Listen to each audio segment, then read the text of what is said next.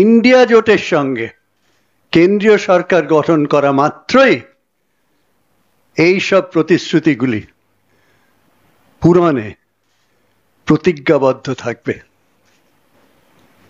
এই ম্যানিফেস্টোর বা ইস্তাহারের এই হচ্ছে তার ফান্ডামেন্টাল বেডরক। এবারে আমরা আসছি সোজা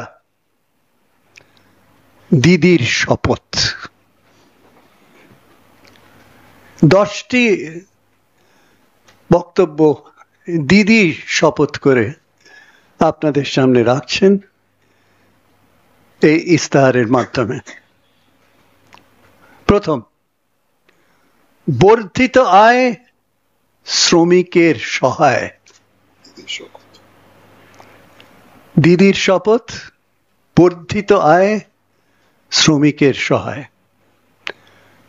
সমস্ত জব কার্ড হোল্ডারদের 100 দিনের গ্যারেন্টি যুক্ত কাজ প্রদান করা হবে এবং সমস্ত শ্রমিকরা দেশ জুড়ে দৈনিক 400 টাকা বর্ধিত ন্যূনতম মজুরি পাবেন। দিদির শপথের নাম্বার 1। এবারে দিদির শপথ 2, দেশ জুড়ে বাড়ি হবে সবারই। দেশের সকল দরিদ্র পরিবারের জন্য আবাসন নিশ্চিত করা হবে। প্রত্যেককে নিরাপদ ও পাকা বাড়ি প্রদান করা হবে। দিদির শপথ 3। জ্বালানির জ্বালা কমবে, দেশের জ্বালা ঘুচবে। প্রত্যেক বিপিএল পরিবারকে বছরে বিনামূল্যে 10টি সিলিন্ডার দেওয়া হবে। বিনামূল্যে 10টি সিলিন্ডার দেওয়া হবে, যাতে তারা পরিশ্রুত রান্নার জ্বালানি পেতে পারে। এর মাধ্যমে পরিষেবা, এনভায়রনমেন্ট বান্ধব রন্ধন প্রক্রিয়া ব্যবহারের অভ্যাস বাড়ানো হবে। ভুলে যাবেন না, এর মধ্যে পরিবেশ বান্ধব, যে সম্বন্ধে পরে আমরা আলোচনা করতে পারি, রয়েছে। এবারে দিদির শপথ 4 নম্বর। অনেক হয়েছে শাসন, এবার দুয়ারে রেশন। প্রতি মাসে প্রত্যেক রেশন কার্ড হোল্ডারকে 5 কেজি বিনামূল্যে রেশন, চাল, গম, শস্য প্রদান করা হবে। রেশন প্রত্যেক সুবিধাভোগীর দোরগোড়ায় বিনামূল্যে পৌঁছে দেওয়া হবে। টু দ্য ডোর স্টেপ, দোরগোড়ায় বিনামূল্যে পৌঁছে দেওয়া হবে। দিদির শপথ 5। আমাদের অঙ্গীকার, নিরাপত্তা বাড়বে সবার। আমাদের অঙ্গীকার, নিরাপত্তা বাড়বে সবার। প্রান্তিক জনগোষ্ঠীর যুবকদের উন্নতির স্বার্থে অন্যান্য অনগ্রসর শ্রেণী, তপশিলি জাতি ও তপশিলি উপজাতিভুক্তদের জন্য উচ্চশিক্ষা বৃত্তি বাড়ানো হবে। উচ্চশিক্ষা বৃত্তি বাড়ানো হবে। ভারতের 60 বছরের বেশি বয়স্ক ব্যক্তিদের জন্য বিদ্যমান বার্ধক্য ভাতা বৃদ্ধি করে প্রতি মাসে 1000 টাকা বার্ষিক, যেটা বার্ষিক 12,000 টাকা করা হবে। দিদির শপথ 6 নম্বর। বর্ধিত আয় নিশ্চিত, এবার ফুটবে হাসি অন্নদাতার। স্বামীনাথন কমিশনের সুপারিশ অনুসারে ভারতের কৃষকদের জন্য ন্যূনতম সহায়ক মূল্য প্রদানের আইনগত গ্যারান্টি দেয়া হবে, যা সমস্ত ফসলের উৎপাদনের গড় খরচের চেয়ে কমপক্ষে 50% বেশি ধার্য করা হবে। স্বামীনাথন কমিশনের এইটা ছিল মূলে, যেটাকে দিদির শপথে উনি তুলে ধরলেন। এবারে দিদির শপথ 7 নম্বর, স্বল্প মূল্যে পেট্রোপণ্য ভারতবর্ষে সকলে ধন্য। স্বল্প মূল্যে পেট্রোপণ্য ভারতবর্ষে সকলে ধন্য।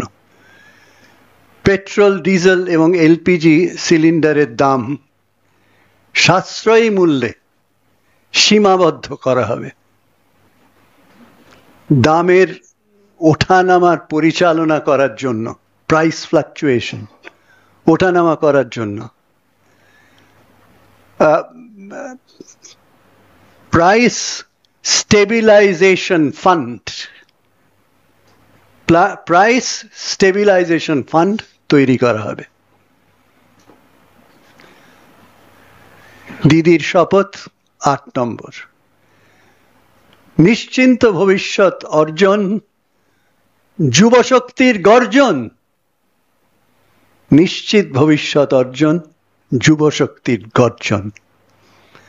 25 বছর পর্যন্ত সকল স্নাতক ও ডিপ্লোমা হোল্ডারকে তাদের দক্ষতা ও কর্মসংস্থান বাড়াতে 1 বছরের শিক্ষানবিশ প্রতিশিক্ষণ প্রদান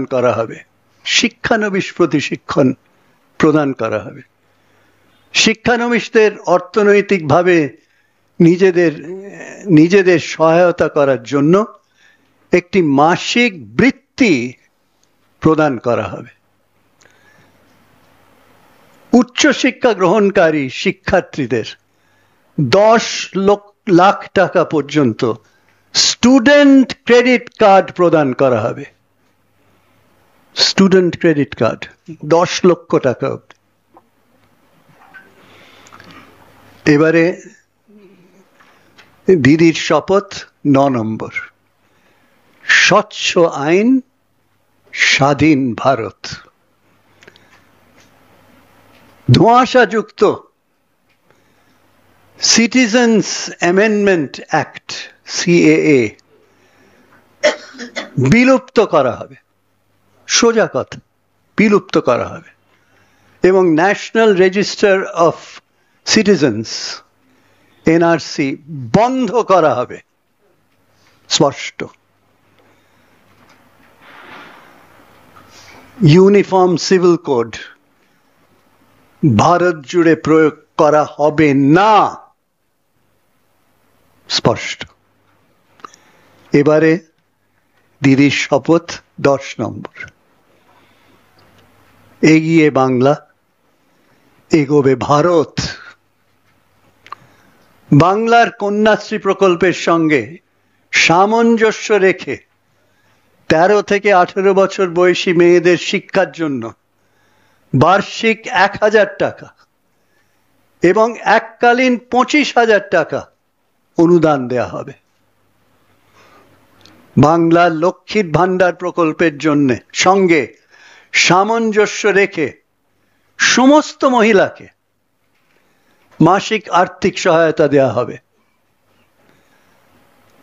আয়ুষ্মান ভারত স্বাস্থ্য বিমাটির বদলে একটি উন্নততর স্বাস্থ্য সাথী